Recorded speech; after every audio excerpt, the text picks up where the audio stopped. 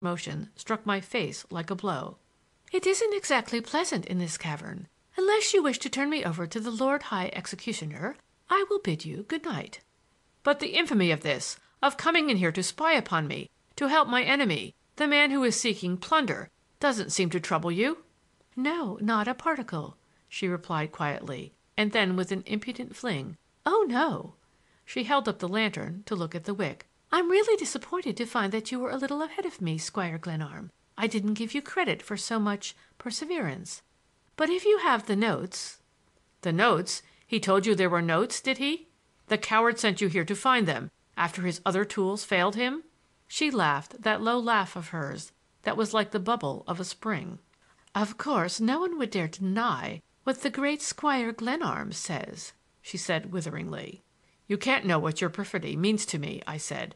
"That night at the Armstrongs' I thrilled at the sight of you. As you came down the stairway I thought of you as my good angel, and I belong to you, all my life, the better future that I wish to make for your sake." "Please don't." And I felt that my words had touched her, that there were regret and repentance in her tone, and in the gesture with which she turned from me. She hurried down the passage, swinging the lantern at her side, and I followed, so mystified, so angered by her composure that I scarcely knew what I did. She even turned with pretty courtesy to hold the light for me at the crypt steps, a service that I accepted perforce and with joyless acquiescence in the irony of it. I knew that I did not believe in her. Her conduct as to Pickering was utterly indefensible. I could not forget that. But the light of her eyes, her tranquil brow, the sensitive lips, whose mockery stung and pleased in a breath, by such testimony my doubts were alternately reinforced and disarmed. Swept by these changing moods, I followed her out into the crypt. "You seem to know a good deal about this place, and I suppose I can't object to your familiarizing yourself with your own property. And the notes, I'll give myself the pleasure of handing them to you to-morrow. You can cancel them and give them to Mr. Pickering. A pretty pledge between you." I thrust my hands into my pockets to give an impression of ease I did not feel. "Yes," she remarked in a practical tone, $320,000 is no mean sum of money. Mr. Pickering will undoubtedly be delighted to have his debts canceled."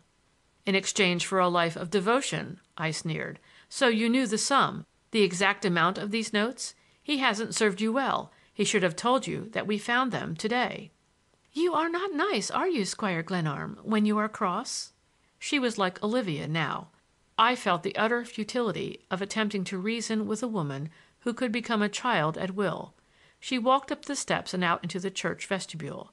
Then, before the outer door, she spoke with decision. "We part here, if you please. And I have not the slightest intention of trying to explain my errand into that passage. You have jumped to your own conclusion, which will have to serve you. I advise you not to think very much about it, to the exclusion of more important business, Squire Glenarm." She lifted the lantern to turn out its light, and it made a glory of her face, but she paused and held it toward me. "Pardon me, you will need this to light you home." "But you must not cross the park alone." "Good night. Please be sure to close the door to the passage when you go down. You are a dreadfully heedless person, Squire Glenarm." She flung open the outer chapel door and ran along the path toward St. Agatha's. I watched her in the starlight until a bend in the path hid her swift-moving figure. Down through the passage I hastened, her lantern lighting my way.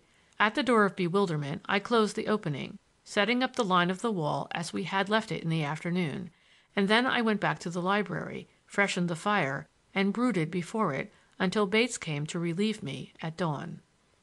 End of chapter 24.